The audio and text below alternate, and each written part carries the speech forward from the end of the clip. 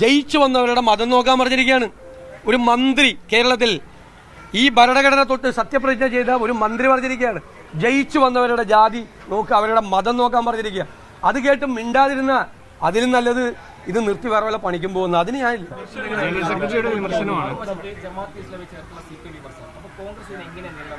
അതൊക്കെ ഞങ്ങൾ നേരിട്ടല്ലോ, നിങ്ങൾ കണ്ടതല്ലേ.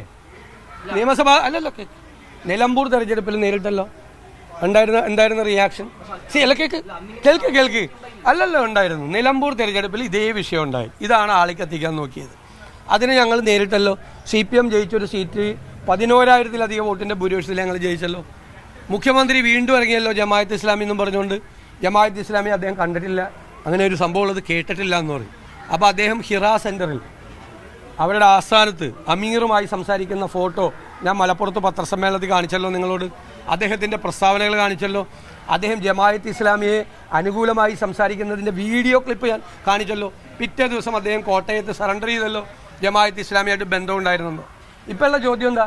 ജമാഅത്ത് ഇസ്ലാം UDF അധികാരത്തിൽ വന്നാൽ ജമാഅത്ത് ഇസ്ലാമി ആഭ്യന്തരം ഭരിക്കുകയാണ്. എന്താ അതിൻ്റെ അർത്ഥം? സാമാന്യ ബുദ്ധിയുള്ളവർക്ക് മനസ്സിലാവും. അപ്പോൾ എൻ്റെ മറുചോദ്യം, 42 വർഷം ജമാഅത്ത് ഇസ്ലാമി CPMൻ്റെ കൂടെയായിരുന്നു. CPMൻ്റെ കൂടെ ജമാഅത്ത് ഇസ്ലാമി ഉണ്ടായിരുന്ന നാളുകളിൽ CPMന് അധികാരം കിട്ടിയപ്പോൾ ആഭ്യന്തര വകുപ്പ് ഭരിച്ചിരുന്നത് ജമാഅത്ത് ഇസ്ലാമി ആണോ? ആണെങ്കിൽ സൂക്ഷിക്കണം, ആണെങ്കിൽ ഞങ്ങൾ ശ്രദ്ധിച്ചോളാം. അധികാരത്തിൽ വരുമ്പോൾ ഞങ്ങൾ ശ്രദ്ധിച്ചോളാം. CPM ഭരിച്ച കാലത്ത് ജമാഅത്ത് ഇസ്ലാമി കൂടെ ഉള്ളപ്പോൾ അവരാണ് ആഭ്യന്തരം ഭരിച്ചെങ്കിൽ ഞങ്ങൾ തീർച്ചയായിട്ടും ശ്രദ്ധിച്ചോളാം. അത്രയുള്ള അതിനൊക്കെ മറുപടി. അതായത് ഇപ്പോൾ ഈ വെള്ളാപ്പള്ളി നടേശനെയും ഒപ്പം തന്നെ സുകുമാരൻ നായരെയും ഇവർ ഇരിക്കുന്ന സ്ഥാനങ്ങളെയാണോ അങ്ങ് ബഹുമാനിക്കുന്നത്, ഈ വ്യക്തികളെ അല്ലേ? അല്ലല്ല, വ്യക്തികളോട് എന്താ നമുക്കെന്താ ബഹുമാനക്കുറവ്? വ്യക്തികളോട് ഞാൻ പറഞ്ഞല്ലോ, ഞാൻ അവരെ ആരെയും കുറിച്ച് ഒരു മോശമായ വാക്കും പറയില്ല. പണ്ടും പറഞ്ഞിട്ടില്ല, ഞാൻ പണ്ടും പറഞ്ഞിട്ടില്ല, ഒരു മോശമായ വാക്കും പറയില്ല.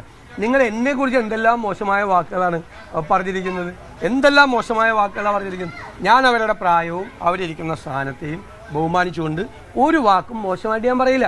പക്ഷേ വർഗീയതക്കെതിരായിട്ട് പറയും. വർഗീയത ആര് പറഞ്ഞാലും പറ്റും.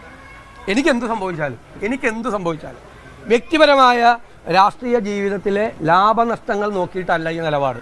വ്യക്തിപരമായി നഷ്ടം വന്നാലും ഈ നിലപാടിൽ ഞാൻ ഈ സ്ഥാനത്തിരിക്കുന്നിടത്തോളം കാലം ഞാൻ വെള്ളം ചേർക്കില്ല. ഈ വൃത്തികേട് കണ്ടിട്ട് അത് കേട്ടില്ല കണ്ടില്ല എന്ന് പറഞ്ഞ് നടിക്കണം. ജയിച്ചു വന്നവരുടെ മതം നോക്കാൻ പറഞ്ഞിരിക്കുകയാണ് ഒരു മന്ത്രി കേരളത്തിൽ ഈ ഭരണഘടന തൊട്ട് സത്യപ്രതിജ്ഞ ചെയ്ത ഒരു മന്ത്രി പറഞ്ഞിരിക്കുകയാണ് ജയിച്ചു വന്നവരുടെ ജാതി നോക്കുക, അവരുടെ മതം നോക്കാൻ പറഞ്ഞിരിക്കുക.